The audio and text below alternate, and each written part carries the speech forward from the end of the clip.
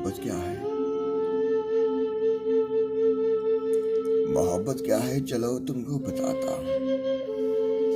जहाँ तक मैं समझ पाया वहां तक ही बताता हूँ। मोहब्बत आसमानों से उतरती ही एक आयत है, मेरे रब की अनायत है।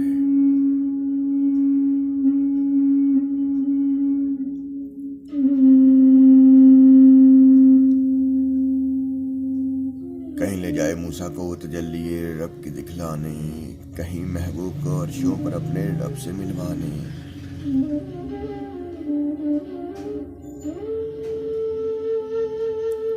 कहीं सूली चढ़ाती है, कहीं सूली चढ़ाती है किसी मंसूर सरकश को।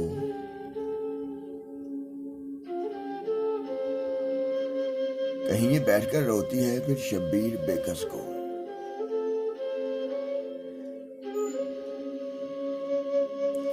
लगाकर आग पानी में हवा में जहर घोलेगी,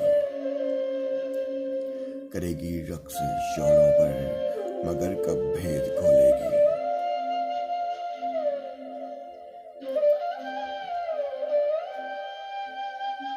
कहीं एड़ियां रगड़े तो जमजम फूट पड़ते हैं, नजर कर दे जो पत्थर पर तो पत्थर टूट सकते हैं।